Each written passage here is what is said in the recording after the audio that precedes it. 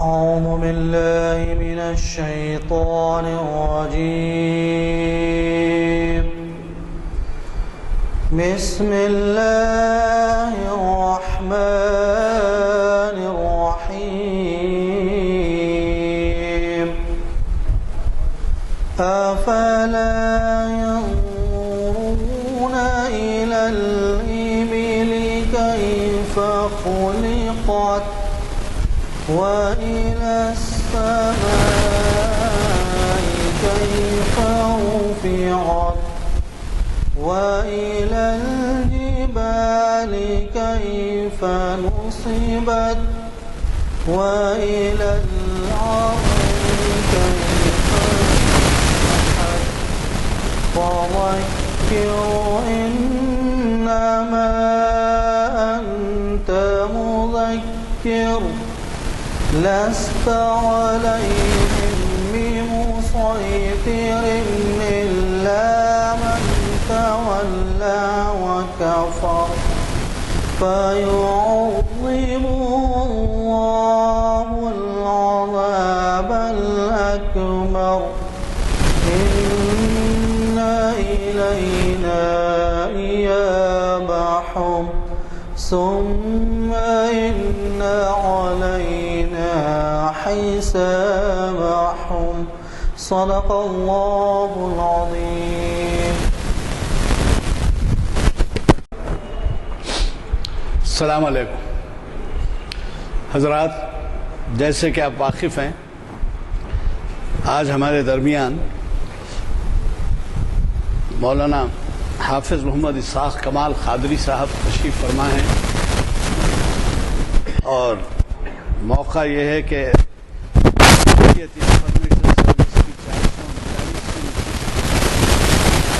وہ بعنوان قیادت کے اصول اور ذمہ داریاں مخاطب کرتے ہیں۔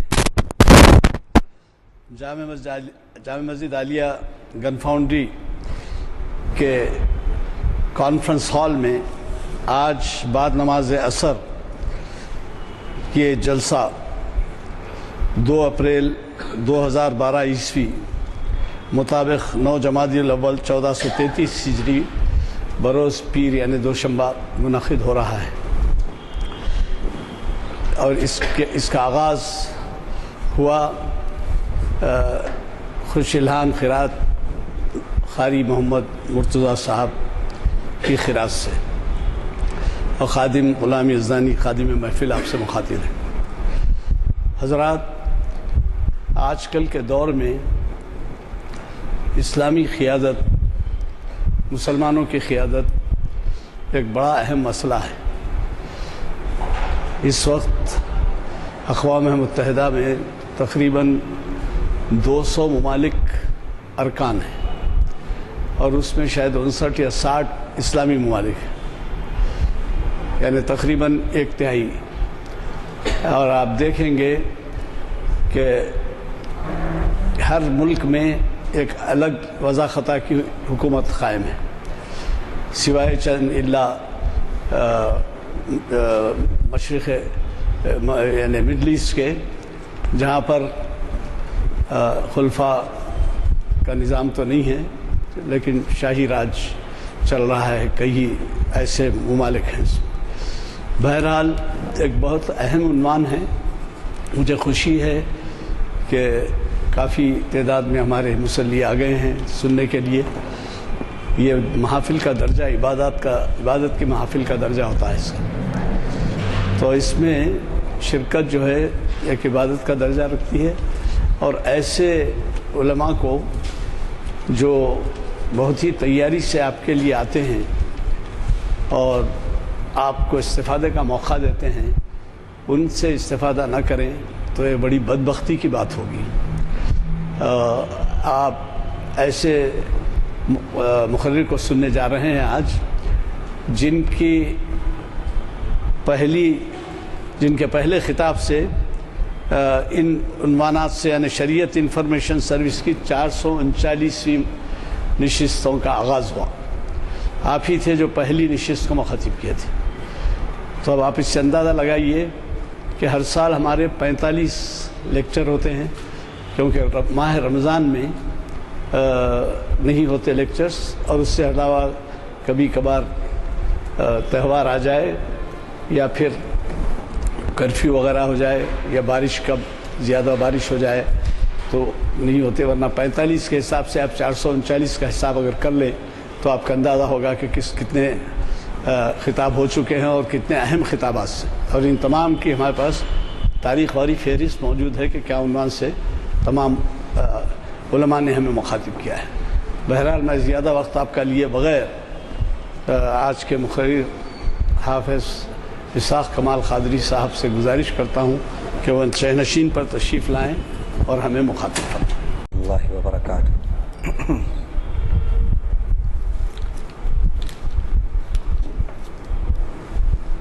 بسم اللہ الرحمن الرحیم۔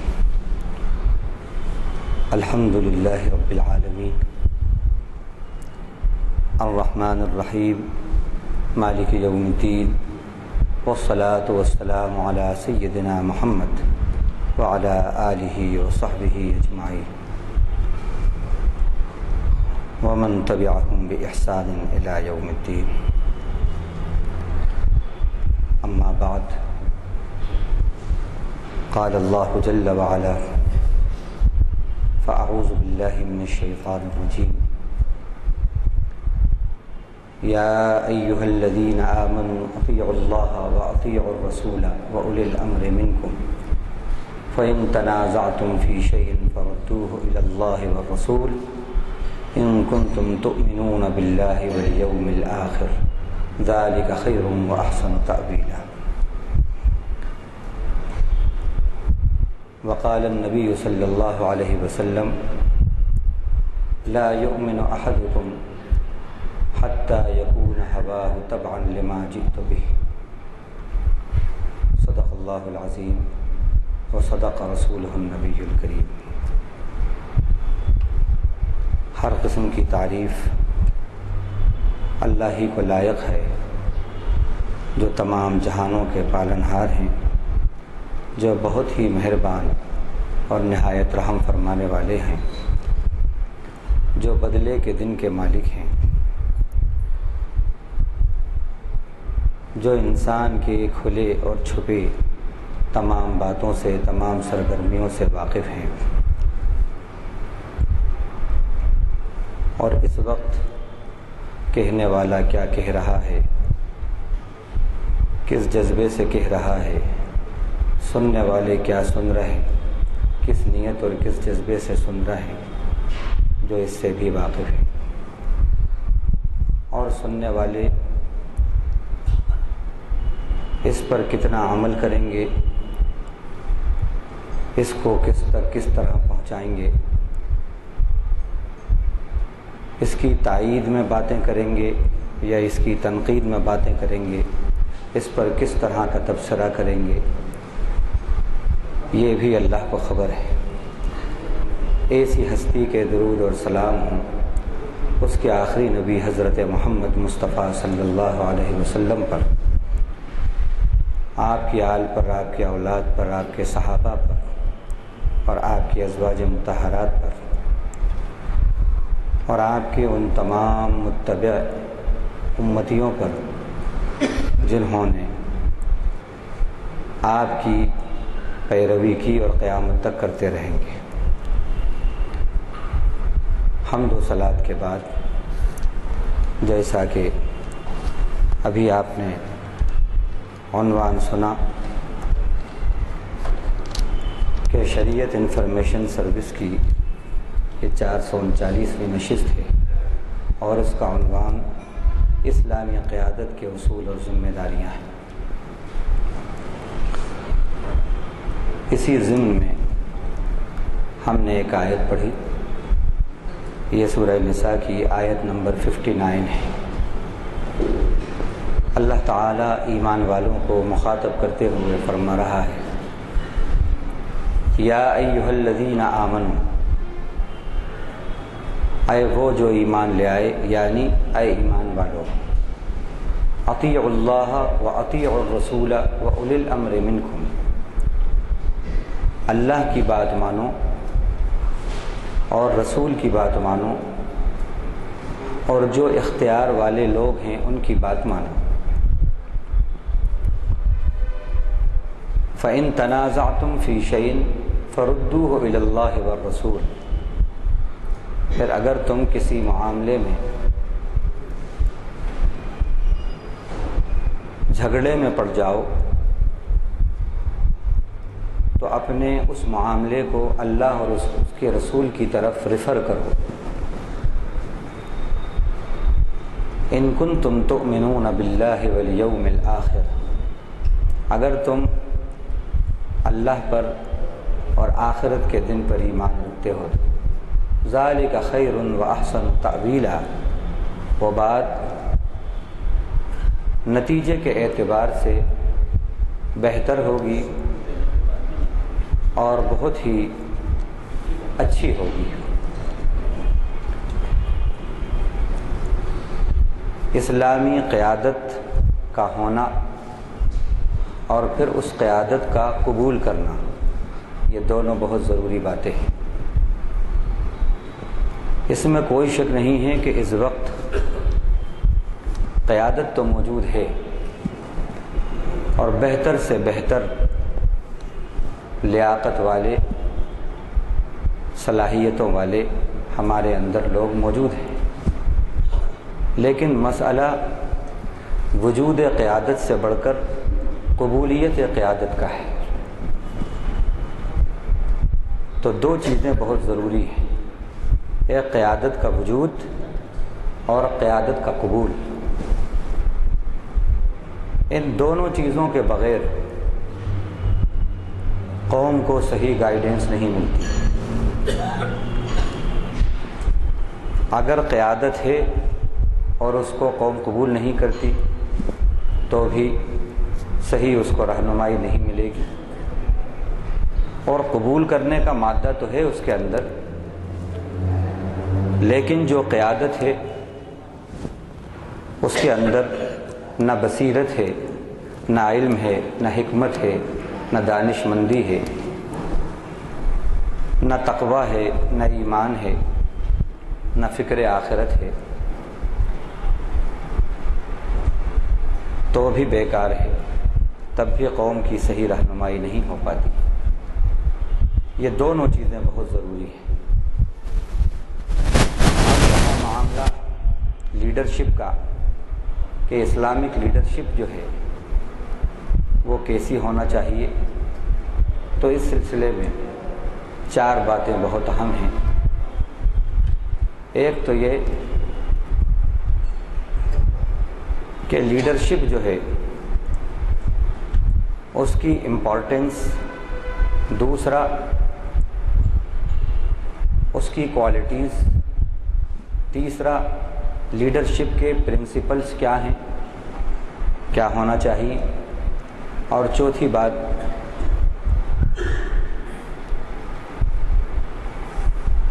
جو ضروری ہے بہت، وہ ہے ریسپانسبلٹی۔ لیڈرشپ کی بہت اہمیت ہے۔ اسلام کے اندر امارت اور قیادت کا ہونا اور اسلامی قیادت کا ہونا یہ بہت ضروری ہے، اور قرآن و حدیث میں کئی مثالیں اس کی موجود ہیں۔ اس کی اہمیت پر کئی آیتیں بھی ہیں، احادیث بھی ہیں۔ اللہ تعالیٰ نے فرمایا کہ تم اللہ اور رسول کی اطاعت کرو، اور اسی کے ساتھ ساتھ کہا وَأُولُو الْأَمْرِ مِنْكُمْ، جو تم میں اختیار والے ہیں ان کی بات کو مانو، ان کی اطاعت کرو۔ اس سے بھی اہمیت معلوم ہوتی ہے اسلامی قیادت کی کہ اللہ اور رسول کی اطاعت کے ساتھ ساتھ اولو الامر کی اطاعت اور قیادت کی بات کہی اور ان کی بات کو ماننے کی بات کہی، ورنہ یہ ہو سکتا تھا کہ ہمارے لیے قرآن ہے اور حدیث کافی ہے، کیونکہ اولو الامر کا تعلق انسان کی موجودہ زندگی سے ہے اور اس اسلام جو ہے وہ قیامت تک کے لیے باقی رہنے والا مذہب ہے، اور اولو الامر ہر دور کے اندر رہتے ہیں، اس لیے اللہ تعالیٰ نے اولو الامر کی بات کہی۔ اسی طرح آپ نے فرمایا کہ اگر سفر پہ بھی تم جا رہے ہو اور 3 لوگ اگر تم میں ہیں تو ایک کو اپنا امیر بنا لو، ایک کو اپنا قائد بنا لو۔ یہاں سے بھی اہمیت معلوم ہوتی ہے قیادت کی۔ تیسری بات دیکھیے آپ کہ اسلام کے جو ارکان ہیں ان ارکان میں ایک نماز ہے، ایک حج ہے، یہ 2 اسلام کے ارکان ہیں۔ اس میں بھی آپ دیکھیے کہ اجتماعیت کو رکھا ہے، قیادت کو رکھا ہے۔ نماز ایک امام کی قیادت کے اندر ہوتی ہے، ایک امام ہوتا ہے، پھر اس کے مقتدی ہوتے ہیں۔ اب وہ مقتدی 2 ہوں یا 100 ہوں یا 1000 ہوں یا لاکھ ہوں، لیکن وہاں پر قیادت کی اہمیت کو بتایا گیا، لیڈرشپ کی اہمیت کو بتایا گیا کہ تمہارے لیے قیادت کا ہونا بہت ضروری ہے، اور قیادت کو قبول کرنا اور پھر قیادت کو مقبول بنانا یہ بھی ضروری ہے۔ ایک ہے قبول، ایک ہے مقبول۔ قبول کے معنی ہیں قبول کر لینا، اور مقبول کے معنی ہیں قبول کر کے اس بات کو پھر دوسروں تک پہنچانا اور ان سے اس کو قبول کروانا، خود بھی ایکسیپٹ کرنا، اور جو اچھی بات ہے دوسروں تک اس کو پہنچانا، ان سے بھی اس کو ایکسیپٹ کرانا۔ تو نماز میں بھی ہم یہ دیکھتے ہیں قیادت کی اہمیت، وہاں سے بھی ہمیں معلوم ہوتی ہے۔ حج سے بھی معلوم ہوتی ہے قیادت کی اہمیت کہ کتنی اہمیت ہے۔ نہیں تو ہر آدمی اپنے اپنے طور پر جب دل چاہے جا کر حج کر لے، لیکن نہیں، ایک موسم، ایک وقت، ایک مقام پر سب کو یکجا کیا۔ قیادت، اور پھر قیادت کے اندر یہ سب کام ہو تو یہاں سے بھی اس کی اہمیت معلوم ہوتی ہے۔ اب اس کے بعد امپورٹنس کے بعد کہ اسلامک لیڈرشپ کی امپورٹنس، اس کے بعد یہ بھی بات ہے کہ جو لیڈرشپ ہو وہ کیسی ہو، اس کے کیا پرنسپلز ہوں اور کیا اس کی کیریکٹرسٹکس ہوں، اور جو لیڈر ہے اس کے اوپر کیا ریسپانسبلٹیز ہیں۔ اللہ کے نبی صلی اللہ علیہ وسلم نے ابو ذر غفاری رضی اللہ عنہ سے کہا کہ تم 2 مسلمانوں کے بھی امیر نہیں بننا اگر کوئی تم کو بنائے، کہ تمہارے مزاج کے اندر تھوڑی سی سختی ہے، مزاج میں سختی ہے۔ اسی طرح قرآن نے بھی یہ بات کہی نبی صلی اللہ علیہ وسلم کے اسوے کے بارے میں، کیا فرمایا کہ لقد کان لکم فی رسول اللہ اسوۃ حسنہ، تمہارے لیے رسول اللہ میں یعنی ان کی زندگی میں بیسٹ رول ماڈل ہے، رسول اللہ تمہارے لیے بیسٹ رول ماڈل ہے۔ کیوں کہا؟ اس لیے کہا کہ فرمایا لو کنت فظا غلیظ القلب لانفضوا من حولک، اگر آپ سخت مزاج ہوتے، سخت دل ہوتے تو یہ سب آپ کو چھوڑ کر ڈسپرس ہو جاتے۔ تو قیادت کے لیے یہ ضروری ہے کہ اس کے اندر فلیکسیبلٹی ہونا چاہیے اور پیشنس ہونا چاہیے، برداشت کا مادہ ہونا چاہیے۔ فاعف عنہم واستغفر لہم وشاورہم فی الامر، درگزر کیجئے، آپ ان سے درگزر کیجئے، ان کے لیے اللہ سے مغفرت کی دعا کیجئے، اور ان سے اہم جو معاملہ ہے اس میں مشورہ کیجئے، یہ فرمایا۔ تو قیادت کے لیے یہ بہت ضروری ہے۔ اور اسی طرح اب قیادت کی جو کیریکٹرسٹکس ہیں، جو قیادت کی کوالٹیز ہیں، وہ کیسے ہونا چاہیے؟ وہ فرمائیں اتبع سبیل من اناب الی، اس شخص کی پیروی کر جس کا طریقہ میری طرف جھکاؤ والا ہو، توجہ والا ہو، جو میری طرف متوجہ ہو، یعنی جو میرا فرما بردار ہو اور جس کی زندگی میرے بتائے ہوئے احکام اور اصولوں کی آئینہ دار ہو، اس کو اپنا لیڈر بناؤ، اس کو اپنا لیڈر بناؤ۔ اسی لیے اللہ کے نبی صلی اللہ علیہ وسلم کے بارے میں اللہ نے فرمایا کہ قل ان کنتم تحبون اللہ فاتبعونی یحببکم اللہ ویغفر لکم ذنوبکم، آپ ان سے کہہ دیجئے کہ اگر تم اللہ سے محبت کرتے ہو تو ان سے کہو کہ پہلے میری اتباع کرو، مجھے اپنا لیڈر بناؤ۔ کیوں کہا؟ کہ آپ صلی اللہ علیہ وسلم میں وہ خصوصیت جس کو خود اللہ نے فرمایا اتبع سبیل من اناب الی، اس شخص کے طریقے کی پیروی کر جس کا راستہ اور جس کا طریقہ میری طرف توجہ والا ہے۔ آپ صلی اللہ علیہ وسلم سے زیادہ اللہ کی طرف متوجہ ہونے والا کون ہوگا؟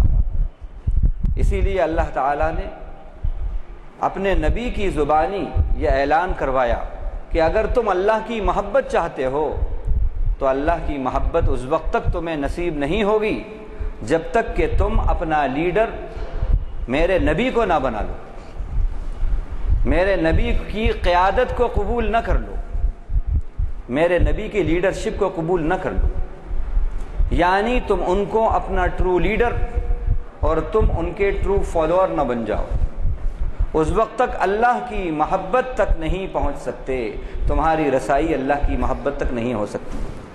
اب نبی کو لیڈر بنانا صرف عبادات کی حد تک نہیں، ہمارے لیڈر نبی جو ہیں ہم نے بس ان کو 12 ربیع الاول تک اپنا لیڈر بنا لیا ہے، یا عبادات کے کچھ موسم میں کچھ لیڈر بنا لیا ہے، بس نہیں۔ انڈور لائف ہو یا آؤٹ ڈور لائف ہو، زندگی کے 24 گھنٹے، زندگی کا ہر لمحہ، ہر لمحے میں اپنے نبی کو اپنا لیڈر بناؤ، چاہے وہ تمہاری آؤٹ ڈور لائف ہو یا انڈور لائف ہو، وہ پولیٹیکل لائف ہو،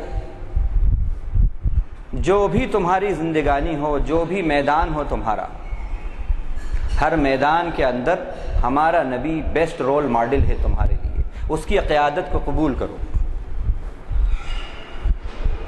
جب تم ہمارے نبی کی قیادت کو قبول کرو گے تو زمانہ پھر تم کو تمہاری قیادت کو قبول کرے گا، اللہ تم کو زمانے کا لیڈر بنائے گا۔ جو نبی کا سچا فالوور ہوتا ہے خدا اس کو زمانے کا پھر ٹرو لیڈر بناتے ہیں، پھر اس کو زمانے کی لیڈرشپ دیتے ہیں۔ تو اتبع سبیل من اناب الی، قیادت کی خصوصیت، کوالٹی کیا ہو؟ اللہ کی طرف توجہ ہو، اور وہ بات نبی صلی اللہ علیہ وسلم کی زندگانی میں ہے۔ کیا آپ کی خصوصیت ہے؟ کیا خصوصیت ہے آپ کی؟ کہ اس اتباع پر 2 خوشخبریاں اللہ نے دی ہیں۔ ایک تو یحببکم، اللہ تم سے محبت کریں گے، دوسرا یغفر لکم ذنوبکم، اللہ تمہارے گناہوں کو بھی بخش دیں گے، اور تیسرا یا الذین آمنوا اتقوا اللہ وقولوا قولا سدیدا یصلح لکم اعمالکم ویغفر لکم ذنوبکم ومن یطع اللہ ورسولہ فقد فاز فوزا عظیما۔ جس نے اللہ اور رسول کی بات کو مانا وہ بڑا کامیاب ہوا۔ اس لیڈرشپ کو اپنانے میں، اس کو اپنا قائد بنانے میں اللہ تعالیٰ نے اپنی محبت کا وعدہ کیا، اللہ تعالیٰ نے گناہوں کی بخشش کا وعدہ کیا، اللہ تعالیٰ نے بڑی کامیابی کا وعدہ کیا۔ تو لیڈر کی خصوصیت کیسی کیا ہونا چاہیے؟ اللہ کی طرف توجہ والی لیڈرشپ ہونا چاہیے۔ اسی طرح فرمایا قل یا اہل الکتاب لا تغلوا فی دینکم غیر الحق، کہیے او اہل کتاب تم اپنے دین میں غلو مت کرو، ناحق غلو مت کرو، ناحق غلو مت کرو، یعنی حد سے آگے نہ بڑھو، حد سے تجاوز نہ کرو۔ جو نبی بتا رہے ہیں بس اسی پر رہو، اپنی طرف سے اس کے اندر ایڈیشن مت کرو، ایکسیڈ مت کرو نبی کے حکم سے۔ وَلَا تَتَّبِعُوا أَهْوَاءَ قَوْمٍ قَدْ ضَلُّوا مِنْ قَبْلُ، اور ان لوگوں کی پیروی مت کرو جو گمراہ ہو گئے ہیں اور جنہوں نے اپنی خواہشات کی پیروی کی ہے۔ تو لیڈر کی خصوصیت کیا ہونا چاہیے کہ اس کی زندگی میں اس کا امام جو ہو ہوا نہیں ہو، خدا ہو۔ ہوا کہتے ہیں خواہش کو، ہاں واو یا کے ساتھ اور اوپر کھڑا زبر ہوا، اس کے معنی خواہش کے ہیں۔ اور خواہش کی غلامی جب آتی ہے تو پھر گمراہی آتی ہے، خواہش کی غلامی آتی ہے تو دنیا میں فساد آتا ہے۔ جس لیڈر کے اندر خواہشات کی غلامی ہوگی، جس لیڈر میں اخلاص نہیں ہوگا، لیڈرشپ میں اخلاص نہیں ہوگا، لیڈرشپ میں سیکریفائس کا جذبہ نہیں ہوگا، تو کیا ہوگا؟ وہ لیڈرشپ مس گائیڈ کر دے گی، قوم کو مس گائیڈ کر دے گی۔ اسی لیے حضرت داؤد علیہ السلام سے کہا اللہ تعالیٰ نے یا داؤد انا جعلناک خلیفۃ فی الارض فاحکم بین الناس بالحق ولا تتبع الہوی فیضلک عن سبیل اللہ۔ اے داؤد، ہم نے آپ کو زمین میں نائب بنایا اپنا، آپ لوگوں کے درمیان حق کے ساتھ فیصلہ کیجیے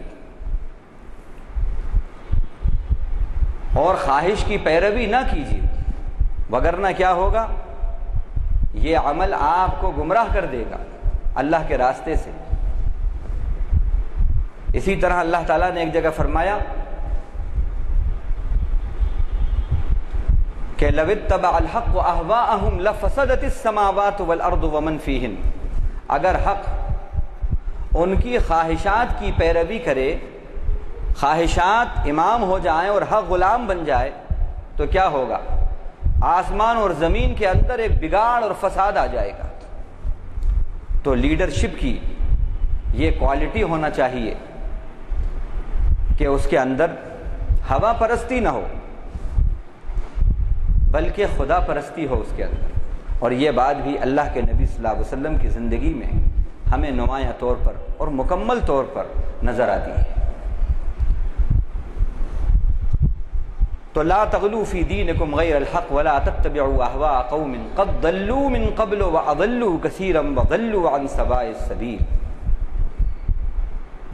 ان کی بالکل پیروی نہ کرنا جو راستے سے بھٹک گئے اور جنہوں نے اپنی خواہشات کی پیروی کی اور غلامی کی، اور جو خود بھی گمراہ ہوئے اور دوسروں کو بھی گمراہ کیا۔ جہاں پر خواہش پرستی اور خواہش پسندی آتی ہے اور حق کو جہاں پر کچل دیا جاتا ہے اور دنیا پرستی جہاں ہو جاتی ہے، وہاں پر گمراہی بھی آتی ہے، فساد بھی برپا ہوتے ہیں، قتل و غارت گری بھی برپا ہوتا ہے۔ اور اس کے مظاہرے ہم دنیا کے اندر دیکھ رہے ہیں۔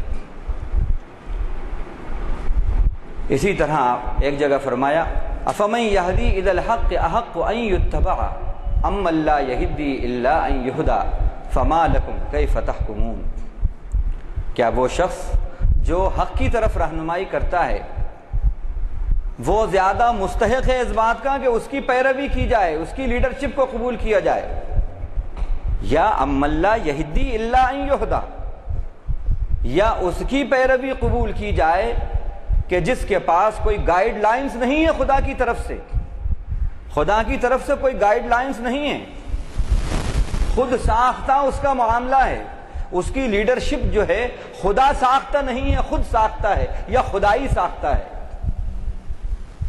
وہ زیادہ مستحق ہے۔ یا اس شخص کی لیڈرشپ زیادہ مستحق ہے کہ جس کی لیڈرشپ ڈیوائن لیڈرشپ ہے اور جس کے اصول ہیں، ڈیوائن پرنسپلز ہیں، ڈیوائن گائیڈ لائنز ہیں، وہ زیادہ مستحق ہے اس بات کا کہ تم اس کو اپنا لیڈر بناؤ، یا وہ شخص زیادہ مستحق ہے جو خود سے ہی بنا بیٹھا ہے لیڈر؟ تو معلوم یہ ہوا، اس میں یہ بات بتائی گئی کہ لیڈرشپ کی، اسلامی لیڈرشپ کی یہ خصوصیت ہے کہ اس لیڈرشپ کی گائیڈ لائنز جو ہوں وہ ڈیوائن گائیڈ لائنز ہونا چاہیے، وہ اسلامی گائیڈ لائنز ہوں، وہ قرآنی گائیڈ لائنز ہوں، وہ نبوی گائیڈ لائنز ہوں۔ ہم نے خود اصول مقرر کر لیے، یہ صحیح یہ غلط، بس ہم اس پر چلیں گے اور سب کو چلائیں گے، اور اس کے مطابق ہم بس دنیا کو چلائیں گے، تو پھر ایسا ہی ہوگا جیسا کہ قذافی صاحب نے گرین بک لکھی تھی، کیا حشر ہوا اس میں؟ بس ہماری یہ مرضی ہے، جو چیز ہمیں بھلی لگی، اچھی لگی، وہ تو ہم نے قرآن سے لے لی، اور جو چیز ہمیں نہیں اچھی لگی اس کو ہم نے ٹچ بھی نہیں کیا قرآن اور حدیث کو۔ نتیجہ کیا ہوا؟ لیڈرشپ قبول نہیں کی، اور جو صحیح لیڈرشپ ہے اس نے جب کنڈیم کیا تو پھر ڈکٹیٹرشپ آ گئی۔ اس ڈکٹیٹرشپ نے جو صحیح لیڈرشپ تھی، ڈیوائن گائیڈ لائنز کی جو لیڈرشپ تھی، اس کو ایکسیپٹ نہ کرنے کا نتیجہ یہ ہوا، اور ان سے مخالفت کرنے کا، اس سے مخالفت کرنے کا نتیجہ یہ ہوا کہ جو اولو الامر ہیں، جس کو قرآن نے کہا تھا کہ اولو الامر کی لیڈرشپ کو مانو، جو صحیح قرآن اور حدیث پہ چلتے ہیں، جو اس کی گائیڈ لائنز تمہیں دے رہے ہیں، نہیں مانو گے زمین میں فساد برپا ہوگا۔ تمہاری لیڈرشپ کے اندر اگر ہوا پرستی آئی، خواہش پرستی آئی، خواہش پسندی آئی تو گمراہ ہو جاؤ گے، اور پھر فساد برپا ہوگا۔ چنانچہ ہم نے دیکھا کہ اس لیڈرشپ کی لیبیا کے اندر جب اس کو ایکسیپٹ نہ کیا گیا، باوجود اس کے کہ فیسلٹیز بہت دی گئیں، بہت فیسلٹیز دی گئی، بہت فیسلٹیز، نوجوانوں کی شادی میں 70% ان کا تعاون ہوتا، ہر گھر کے اندر لائٹ فری، پانی فری، ایجوکیشن فری۔ اب اس سے زیادہ سخاوتیں اور کیا ہوں گی؟ لیکن جو اسلامی قیادت تھی، اولو الامر کی جو قیادت تھی، اس کو ناراض کر دیا۔ اور ناراض کیوں کیا؟ کہ بس ہماری جو باتیں ہیں وہی سمجھ۔ ڈکٹیٹرشپ، اسلام میں ڈکٹیٹرشپ نہیں ہے، ڈکٹیٹرشپ نہیں ہے اسلام میں، تو ساری سوورنٹی اللہ کی ہے، سارا اقتدار اللہ کا ہے۔ لہ الکبریاء فی السماوات والارض وہو العزیز الحکیم، ان الحکم الا للہ، سارا اقتدار، ساری بادشاہت، ساری حکومت اللہ کی ہے۔ آسمانوں میں بھی بڑائی اسی کی ہے، زمین میں بھی بڑائی اسی کی ہے۔ وہو اللہ فی السماوات والارض، وہی آسمانوں میں بھی خدا ہے، وہی زمین میں بھی خدا ہے۔ اور اب جہاں اس کے خلاف ہوگا اس کا حشر کیا ہوا ہم دیکھ رہے ہیں۔ ٹیونس میں کیا ہوا ہم نے دیکھا، ہوا پرستی آئی، خواہش پرستی آئی، میڈم پوری زندگی بس سونا ہی جمع کرتی رہیں، سونا چاندی ہی جمع کرتی رہیں، 65 ٹنز سونا لے کر فرار ہوئی۔ کیا حشر ہوا وہ بھی ہم نے دیکھا۔ مصر کے اندر کیا حشر ہوا قیادت کا، وہ بھی ہمارے سامنے ہے کہ دنیا کے اندر دوسرے تیسرے نمبر پہ لیڈر صاحب جو ہیں ان کے بیٹے آتے ہیں، اور بلینائر اور ٹریلینائر کے اندر ان کا شمار ہوتا ہے۔ یہ سب کرتے رہے، نتیجہ کیا ہوا؟ اللہ تعالیٰ نے جو کہا وہی ہوا۔ افرأیت من اتخذ الہہ ہواہ واضلہ اللہ علی علم وختم علی سمعہ وقلبہ وجعل علی بصرہ غشاوہ فمن یہدیہ من بعد اللہ افلا تذکرون۔ کیا تو نے اس شخص کو دیکھا جس نے اپنی خواہش کو اپنا معبود بنا لیا، اپنی خواہش کو اپنا معبود بنا لیا؟ عجیب لفظ ہے یہ قرآن مجید کا، خواہش کو معبود بنانا۔ آج کی لیڈرشپ وہیں ناکام ہو رہی ہے جہاں اس نے اپنی خواہش کو، اپنی انا کو اپنا خدا بنا لیا۔ جس لیڈرشپ نے اپنی انا کو اپنا خدا بنایا، خدا نے اس لیڈرشپ کو فنا کر دیا، فنا کر دیا۔ کیا آپ نے دیکھا اس شخص کو جس نے اپنی خواہش کو اپنا معبود بنایا؟ افرأیت من اتخذ الہہ ہوا واضلہ اللہ علی علم، اور اللہ تعالیٰ نے ان کو علم کے باوجود، اس شخص کو جس نے اپنی خواہش کو اپنا معبود بنایا تھا، باوجود اس کے کہ اس کے پاس علم تھا، علم کے باوجود گمراہ کر دیا اس کو۔ کیا یہ لوگ جو مٹے، جو ڈاؤن فال ہوا، ہم بلیم دیتے ہیں کہ صاحب یہاں کی سازش، وہاں کی سازش، وہاں کی سازش؟ نہیں، اس میں ہمارا بھی قصور ہے، ہمارا بھی قصور ہے۔ خواہشات کی پیروی، خواہشات کی غلامی جہاں پر ہوگی، اللہ علم کے باوجود گمراہ کر دیں گے، اس کو گمراہ کر دیں گے۔ اور یہ ہوا۔ ابو الفضل اور فیضی کے بارے میں کون نہیں جانتا؟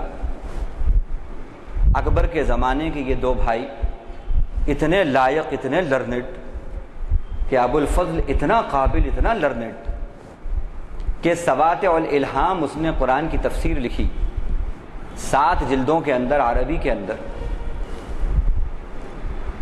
اور ایسی تفسیر کہ ایک بھی حرف نقطے والا استعمال نہیں کیا اس نے اپنی پوری تفسیر میں، اور عربی میں لکھی ہے۔ کتنا قابل ہوگا آپ دیکھو، کتنا قابل ہوگا۔ 7 جلدوں کے اندر، ظاہر ہے 7 جلدوں میں چند 100 تو صفحے ہوں گے، کتنا قابل ہوگا۔ ایسا قابل لیڈر ملا اکبر کو، لیکن اس کے باوجود لا الہ الا اللہ اکبر و خلیفۃ اللہ، محمد رسول اللہ غائب، اکبر و خلیفۃ اللہ، کلمہ بدل گیا اس لیڈرشپ کی موجودگی میں۔ کیا وجہ ہے؟ فیضی جیسا زبردست شاعر جس نے کانسٹیٹیوشن بنایا اور جس نے اکبر کا جو دین اکبری تھا اس کا کانسٹیٹیوشن بنایا، ایسے لوگ ملے اس کو، لیکن اس کے باوجود گمراہی آ گئی۔ وجہ یہ کیا تھی؟ وجہ یہ تھی کہ ان کی وہی ہوا پرستی، وہی خواہش پرستی، وہی تھی جس کو قرآن مجید نے کہا کہ علم کے باوجود گمراہ کر دیں گے۔ کہ ایسی خواہش پرستی، انہوں نے کہا کہ بادشاہ سلامت کی ایک بیوی جو ہیں وہ جودہ بائی بھی ہیں، اور وہ جو ہیں گائے کو بہت پسند کرتی ہیں، لہذا انہوں نے کہا کہ گو کشی بالکل جائز نہیں ہے۔ کیوں؟ اس لیے کہ اللہ تعالیٰ نے قرآن مجید میں ایک صورت ہی گائے کی اتاری ہے، وہ مقدس ہے۔ اب وہ بیچارہ جاہل، اور ان کا جہاد اس دور کی بات ہے جب اسلام اپنے آغاز میں تھا، پریلیمنری سٹیج میں تھا، اس وقت کی بات ہے۔ اب تو آپ ماشاءاللہ آپ اقتدار میں آ گئے ہیں، اب ضرورت نہیں ہے، لہذا وہ پورشن بھی ختم۔ اور سورج کی وہ پوجا کرتی تھی محترمہ، انہوں نے کہا حضور اللہ تعالیٰ نے قرآن میں قسم کھائی ہے سورج کی، والشمس وضحاہا، سورج کی قسم اور اس کی روشنی کی قسم، لہذا وہ بھی مقدس ہے۔ کہ حیرت ہوتی ہے، ایسا علم والا، ایسی تفسیر لکھنے والا، اتنا بڑا مفسر، اتنا بڑا علامہ، اتنا بڑا عالم وہ موجود ہے اور یہ سب ہو رہا ہے، کھلا شرک۔ کیوں ہوا یہ بتانا چاہ رہا ہوں میں۔ جس وقت مرا ہے، مولانا علی میاں صاحب نے لکھا ہے ماذا خسر العالم بانحطاط المسلمین، اور تاریخ دعوت و عزیمت جو ان کی مشہور کتاب ہے، اس میں لکھا انہوں نے کہ 5 صندوق گولڈ بسکٹس، سونے کے بسکٹ سے بھرے ہوئے اس کے تہ خانے کے اندر سے جب کھودا گیا تو نکلے۔ اب بس مال و دولت کی لالچ کے اندر، بس بادشاہ کی جو خواہش ہے بس ادھر ہی چلو، تم چلو ادھر ہی ہوا ہو جدھر کی۔ اور ایک اور نئی بات آپ کو بتاؤں گی تو شاید آپ کو سنا ہوگا آپ نے، زکوٰۃ کے لیے یہ ہے کہ صاحب نصاب ہو، اتنا تم نصاب رکھتے ہو، اتنی مال و دولت رکھتے ہو، تو زکوٰۃ ہر سال فرض ہوتی ہے۔ یعنی ہولان ہول، سال گزرا تو زکوٰۃ فرض ہے، سال گزرنا اس تو کیا تعویلات کرتا تھا کہ 11 مہینے تو اپنے پاس رکھتا تھا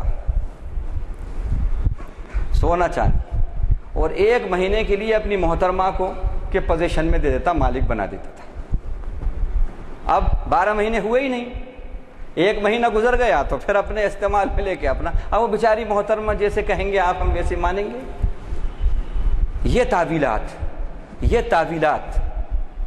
تو لیڈرشپ کے اندر جب انا آ جاتی ہے اور خواہش پرستی اور پسندی آتی ہے، قرآن نے جو بات کہی برحق ہے، بے شک ہے، من اصدق من اللہ قیلا من احسن من اللہ حدیثا، اللہ سے زیادہ بات کا سچا کون ہے، اللہ سے زیادہ بات کا اچھا کون ہے۔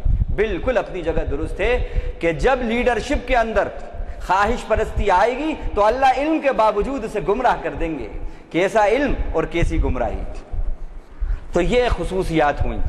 اب کچھ اصول ہیں جو اصول میں بتاتا ہوں، اب وقت بہت تھوڑا ہے، اب اس میں جتنے بھی کور ہوتے ہیں کرتے ہیں، اور اللہ نے توفیق دی تو پھر اس کا بقیہ حصہ جو انشاءاللہ آئندہ اس میں پورا کریں گے۔ قیادت کے لیے جو اصول ہیں اس میں سب سے پہلے یہ ہے کہ انتشار کے اسباب جو ہوں ان کا تدارک کرنا، لیڈرشپ کے اندر یہ بات ہونا چاہیے۔ اس ضمن میں آپ دیکھیے ایک واقعہ آتا ہے کہ آپ صلی اللہ علیہ وسلم ایک غزوے سے آ رہے ہیں، غزوہ بنو مریسی سے آ رہے ہیں، وہاں پر آپ واپسی میں ہیں اور ایک مقام پہ آپ نے قیام کیا، پانی کے اوپر جھگڑا ہوا مہاجر اور انصار میں، اور دونوں جو ہیں ایک دوسرے پر قریب تھا کہ لڑ پڑے۔ مہاجرین نے کہا یا للمہاجر، انصار نے کہا یا للانصار، دونوں نے ایک دوسرے کو بس بلایا لڑنے کے لیے، قریب تھا کہ لڑ پڑے۔ اللہ کے نبی کو معلوم ہوا، آپ تشریف لائے اور آپ نے کہا ما بال هذه الدعوة دعوى الجاہلیہ، یہ دعویٰ، یہ جاہلیت کا دعویٰ کیسا دعویٰ ہے، یہ کیسا دعویٰ ہے؟ ذروها دعوها انها لمنتن، چھوڑو اس کو، لمنتنا، بے شک یہ بڑا بدبودار نعرہ ہے، یہ نعرہ بدبودار نعرہ ہے۔ آپ غور کریں، وہ کاسٹ کی بنیاد پر، ریجن کی بنیاد پر جمع کرنے کی اور اتحاد کی بات کر رہے تھے اور ایک دوسرے کو متحد کر رہے تھے۔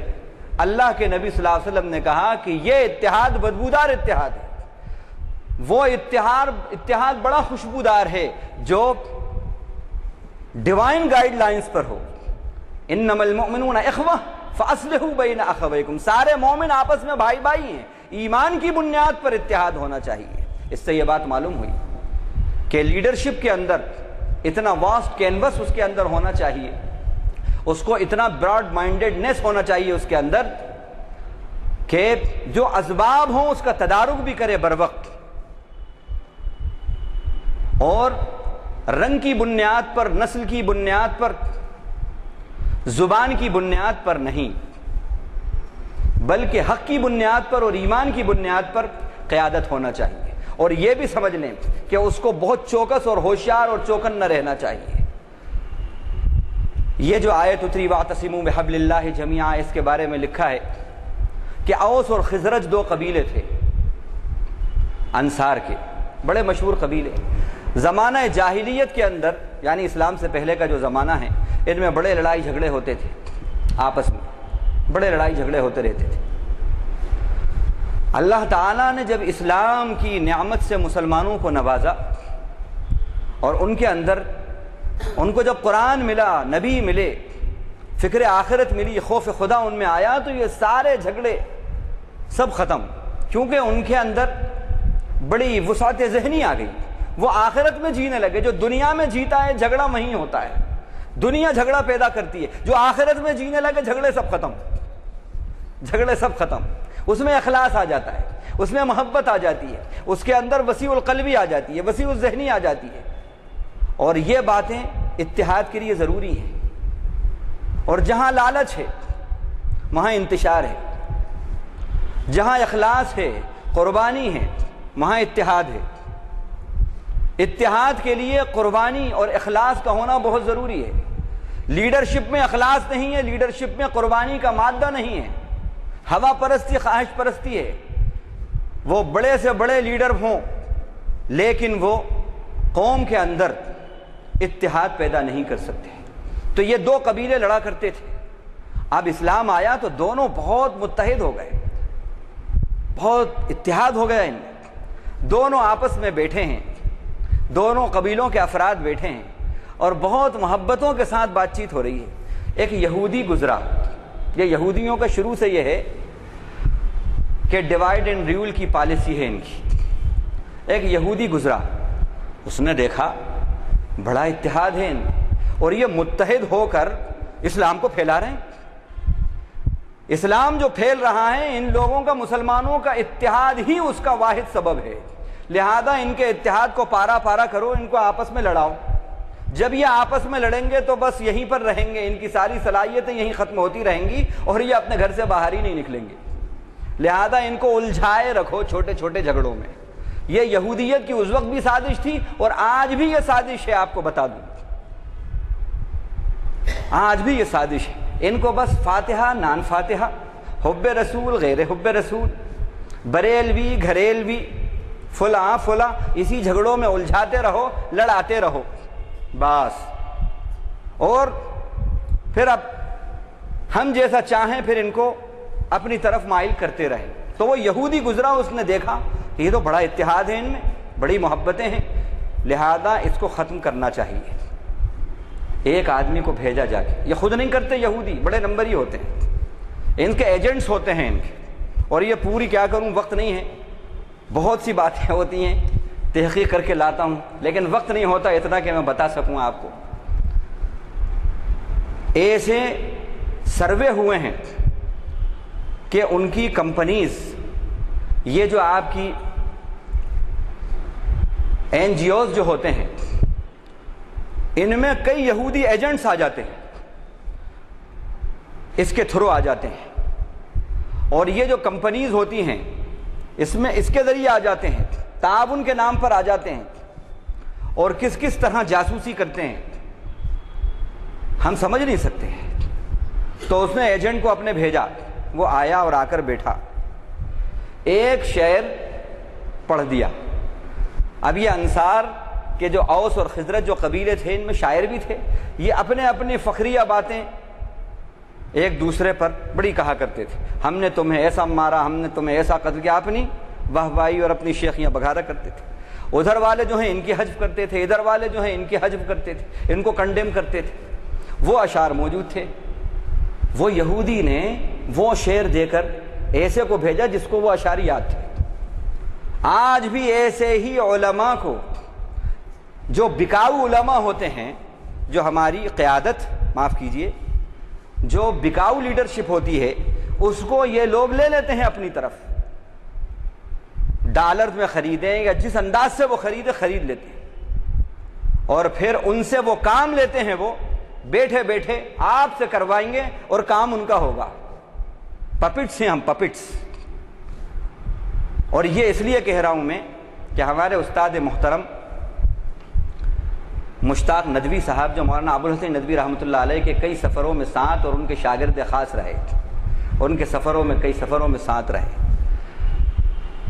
تو بھوپال کے اندر ایک وفد آیا، ایک ڈیلیگیٹس آیا امریکہ کا، یو ایس اے کا، علماء سے، صرف علماء سے ملاقات کرنے کے لیے. جو وہاں کے لیڈنگ رول والے جو علماء ہیں ان سے بس ملاقات کرنے کے لیے.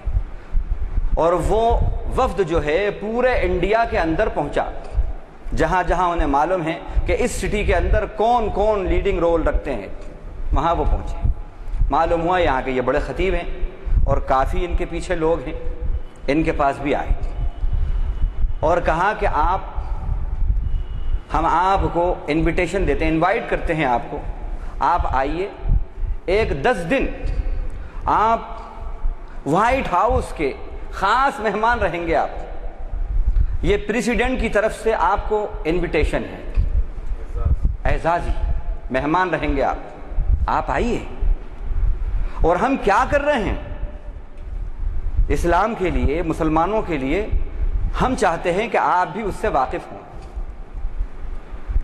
معلوم یہ ہوا کہ جو ان کے پاس فہرست تھی ان میں کئی ایسے نام تھے, انہوں نے ریفرنس دیا, دیکھیے فلاں جگہ انہوں نے قبول کر لیا, فلاں جگہ انہوں نے, اور پھر ایک کافی بڑی رقم بھی اس کے اندر, پورا لانا لے جانا اور کافی بڑی رقم بھی. ارے پریسیڈنٹ کی طرف سے وہ ہے, ایک اعزازی وفد کے طور پر آپ جا رہے ہیں, تو وہ ساری خصوصیات. انہوں نے کہا کہ میں اسے قبول نہیں کرتا. اب وہ پورا سامنے بات آ گئی کہ ایک طرف تو اس طرح کی بات کر رہے ہیں, یعنی نوبل پرائز دے رہے ہیں امن کا, اور دوسری طرف دنیا کے اندر امن غارت کرنے میں نمبر 1 پہ انہی کا نام آتا ہے. کیا کر رہے ہیں یہ ہمیں سب معلوم ہے. انہوں نے لیڈرشپ کو قبول نہیں کیا, اور نتیجہ یہ ہوا کہ جو ڈیلیگیٹ جا چکے تھے اس میں جو لوگ شامل تھے, جب وہ آئے تو لینگویج بدلی ہوئی ان کی. تو میں نے ان سے یہ کہا, مولانا سے ہمارے استاد محترم ہوتے ہیں, میں نے کہا مولانا ان کی جو اسپیچز پہلے کی ہیں, عالم صاحب کی یا مولوی صاحب کی جانے سے پہلے کی, وہ ریکارڈ بھی منگائیے, اور پھر آنے کے بعد کی جو اسپیچز ہیں اس کا ریکارڈ بھی منگائیے, ان دونوں کو سنیے. اب جو دونوں کو سنا گیا, معلوم ہوا کہ لینگویج کے اندر بڑی نرمی, اور بالکل ایسا معلوم ہوتا ہے کہ بس اب یہ نمائندے بن گئے ہیں ان کی, کہ بھائی دیکھو وہ تو یہ کر رہے ہیں, سب کر رہے ہیں. تو ایسی یہ باتیں اور یہ سازشیں آج بھی یہ یہود کرتے رہتے ہیں. تو وہ شخص کو بھیجا انہوں نے, اور اس نے جا کے ایک شعر پڑھا. اوس کا ایک شعر تھا کہ جو خزرج کو کنڈیم کرنے کے لیے کہا. اب ظاہر ہے آپ جب کسی کو برا کہو گے تو وہ انسان کے اندر 2 خصوصیات ہوتی ہیں, ایک ایگو, ایک کانشسنس, ایک انا اور ایک ضمیر.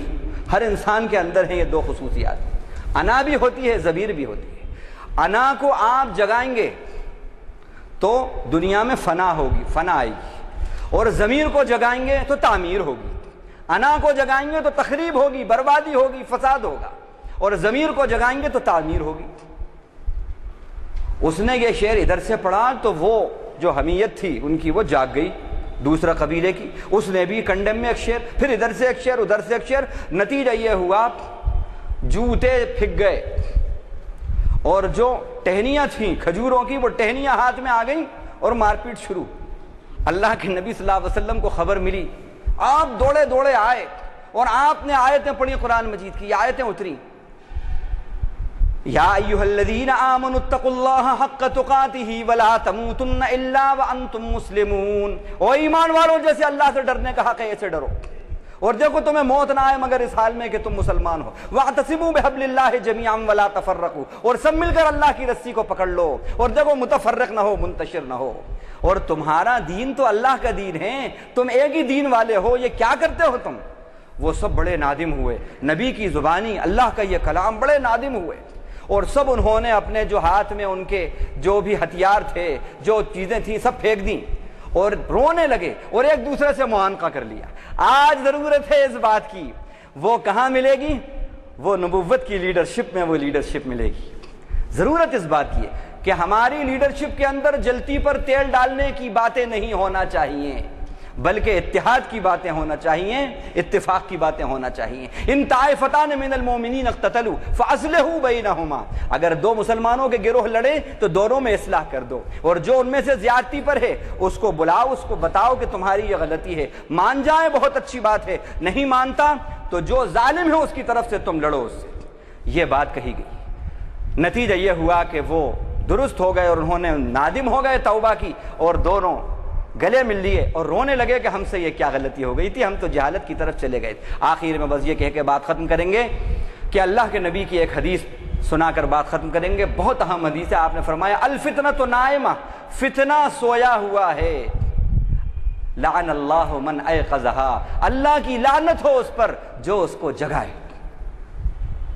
تو جیسے میں نے کہا ہر انسان کے اندر دو باتیں، دو خصوصیات ہوتی ہیں، ایک انا ہوتی ہے، ایک ضمیر ہوتا ہے، ایک ایگو ہوتی ہے، ایک کانشیسنیس ہوتا ہے۔ ایک بڑے عالم کی یہ بات ہے، آپ انا کو جگائیں گے فتنے فساد برپا ہوں گے، آپ ضمیر کو جگائیں گے تو اتحاد ہوگا اور فتنے دور ہوں گے اور فساد ختم ہوگا۔ تو اللہ کی لعنت ہو، فتنہ سویا ہوا ہے، آپ نے فرمایا فتنہ سویا ہوا ہے، اللہ کی لعنت ہو اس پر جو اس فتنے کو جگائے، جو اس فتنے کو جگائے۔ تو آج ایسی لیڈرشپ کی ضرورت ہے کہ ہم اس طرح اسلام کو پھیلائیں، پازیٹیو طریقے سے، پازیٹیولی اسلام کو پھیلائیں کہ سب لوگ اسلام سے قریب آئیں اور اسلام کا جو میسیج ہے وہ صحیح معنوں میں لوگوں تک پہنچے۔ ہماری لیڈرشپ جوڑ والی لیڈرشپ ہو، ہماری لیڈرشپ توڑ والی لیڈرشپ نہ ہو، اسی سے اسلام پھیلا ہے۔ وآخر دعوانا ان الحمدللہ رب العالمین۔ انشاءاللہ بقیہ جو اہم باتیں ہیں اللہ نے موقع دیا تو بعد میں آپ کو بتائیں گے۔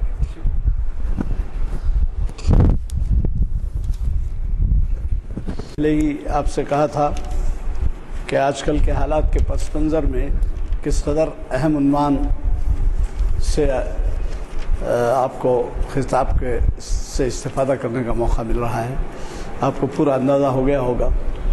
مجھے مولانا کے خطاب پہ ایک واقعہ یاد آیا، شاید 30-35 سال پہلے کی بات ہے۔ یا تو پنڈت جواہر لال نہرو کا آخری دور تھا یا اندرا گاندھی کا دور کا آغاز ہو چکا تھا۔ شیخ عبداللہ صاحب کوڈی کنال میں بند کر دیے گئے تھے، اور اس کے بعد جب ان کو رہا کیا گیا، دلی بلایا گیا، تو یہاں پر ہر سال جو تعمیر ملت کا جلسہ ہوتا ہے یوم رحمت للعالمین کا، اس میں مرکزی حکومت سے اجازت لے کے شیخ عبداللہ صاحب کو بلایا گیا ہے۔ تو جب شیخ عبداللہ ایئرپورٹ پر اترے تو ہمارے پاس کے دو تنظیموں میں آپس میں یہ جھگڑا ہوا کہ پہلے کون ان کی گل پوشی کرے گا، اور وہ ایئرپورٹ پہ نظارہ دو مسلمان قیادتوں کا ٹکراؤ اور پولیس کا انتظام۔ ظاہر ہے کہ پولیس کو اپنی ڈیوٹی انجام دینی پڑتی ہے، تو پولیس نے یہ تصفیہ کیا کہ صاحب جن کے مہمان بن کے آ رہے ہیں، وہ جن کے بلانے پہ وہ آ رہے ہیں، پہلے ان کو گل پوشی کا حق، لہذا وہ گل پوشی کی گئی اور پھر دوسرے بھی گل پوشی کیے۔ اس کے بعد نتیجہ یہ ہوا کہ شیخ عبداللہ صاحب رات میں تو مخاطب کیے دارالسلام میں، آپ کے ایگزیبیشن گراؤنڈ پہ۔ اس کے بعد انہیں دارالسلام اردو کیا گیا تھا، تو ظاہر ہے وہاں پر بھی گئے۔ بولنے کا مطلب یہ تھا دو قیادتوں میں ٹکراؤ ایئرپورٹ پہ آیا، اور پھر دوسرے دن اخباروں میں سارا ہوا۔ اور پھر اس کے بعد جب وہ پہنچے وہاں پر تو مجھے اچھی طرح سے یاد ہے کہ انہوں نے تقریر کرتے ہوئے یہ کہا تھا کہ مسلمانوں کی قیادت ایک بہت مشکل ترین کام ہے۔ تو اس وقت کے حالات اور آج کے حالات پہ دیکھتے ہیں ہم، تو دنیا تمام میں جو اختلافات پائے جاتے ہیں نظریات کے، اصولوں کے، گروہوں کے، اور وہ آپ کے سامنے ہے، لیکن آپ کو سب برداشت کرنا پڑتا ہے۔ حالانکہ جیسے کہ مولانا نے کہا، مسلمانوں کے لیے رہنمائی کے لیے قرآن بھی موجود ہے، حدیث بھی موجود ہے، اور پھر ہمارے رہنما کے اختلافات کم نہیں ہوتے بلکہ اور بڑھتے چلے جاتے ہیں۔ مطلب یہ ہے ساری دنیا کے، میں نے جن 59 ممالک کا ذکر کیا اس میں ایک سے دوسرے کو تشبیہ نہیں دی جا سکتی، ملتے نہیں۔ خیر، اب میں آپ سے یہ گزارش کرنا چاہ رہا تھا کہ ان حضرات نے جنہوں نے میری گزارش پہ شرکت کی ہے، اندازہ ہوا ہوگا کہ اس عبادت کی محفل میں کس قدر اہم عنوانات سے آپ کو مخاطب کیا جاتا ہے۔ ضرور یاد رکھیے اور یہاں پر تشریف لایا کیجیے، استفادے کا موقع، اور نوجوانوں کو خصوصاً ساتھ لانے کی کوشش کیجیے۔ یہ اگلا جو پروگرام ہے 4 اپریل کو، یعنی پرسوں چہارشنبے کے دن بعد اثر، علامہ اقبال کا کلام ارمغان حجاز، یعنی تصنیف ان کی مجموعہ کلام، اس کا تجزیاتی مطالعہ کوئی ایک غزل کا کوئی ایک عنوان سے جناب مستر مجاز صاحب ماہر اقبالیات فرمائیں گے۔ محفل اقبال شناسی کی 661ویں نشست ہوگی اسی مقام پر بعد نماز عصر یعنی حمدا نستغفرك ونتوب إليك اللهم اجعلنا من الذين يستمعون القول فيتبعون أحسنه اللهم اسمعنا منادي الجنة مع الأبرار وصلى الله تعالى على خير خلقه محمد وآله وصحبه أجمعين آمين والحمد لله.